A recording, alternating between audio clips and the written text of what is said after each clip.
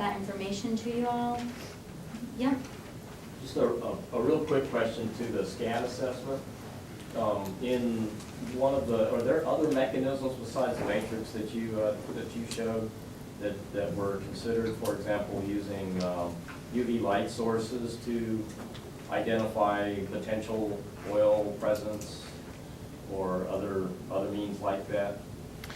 Well, I mean, for SCADA, it's really purely, a visual assessment method looking for gross oiling that can be acted on from a response perspective.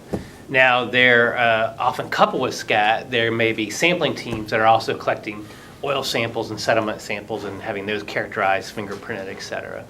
But, I don't really foresee SCAD developing some other technique to detect, oil you can't see visually, because oftentimes, just from a response perspective, an emergency response perspective at least, there's no real operational thing you would do with that level of oiling.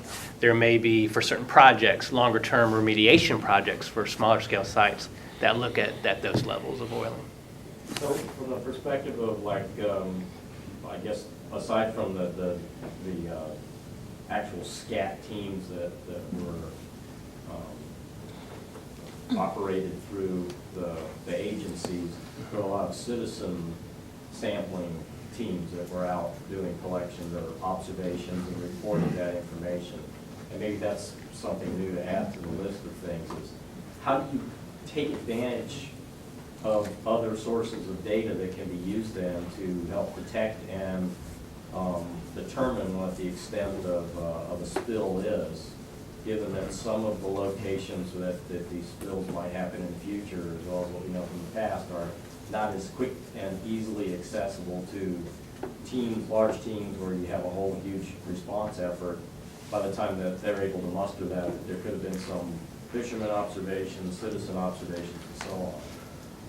But there's other tools in the tool bag, I guess. Sure, yeah, and just as an example of that, maybe in part, in Texas, they've developed sort of a more simplified version of SCAT that they train, less, folks without science backgrounds to do for small spills or for earlier assessment, a more rapid assessment. I think Adams worked on that or had some thoughts about that too, and NOAA rep in the back. And some of those things could be adopted by Coast Guard folks or state agency folks maybe don't have the technical background, by citizens groups, et cetera. That's certainly a possibility. You could model it on Lake Watch or some of those other programs.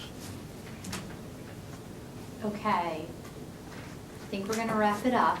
If everybody's okay with that. You can, if you have additional questions for our speakers, you can catch them now.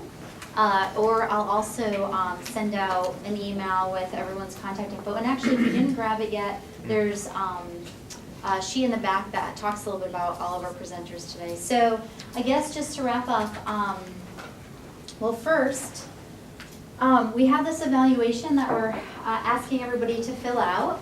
So it's two-sided. It won't take you but a few minutes, but it's super important that you give us some feedback. We gave you a free lunch. It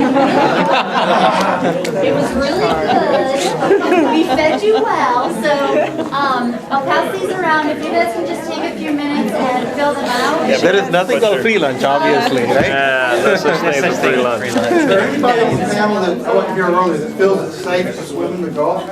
That feels it is safe? Does anybody Let's hold feel that. it's safe to swim in the Gulf? Let's hold that question for 1 second. Let me just wrap up with the people on the phone. Folks on the phone, thank you for joining us. Monica's going to share a link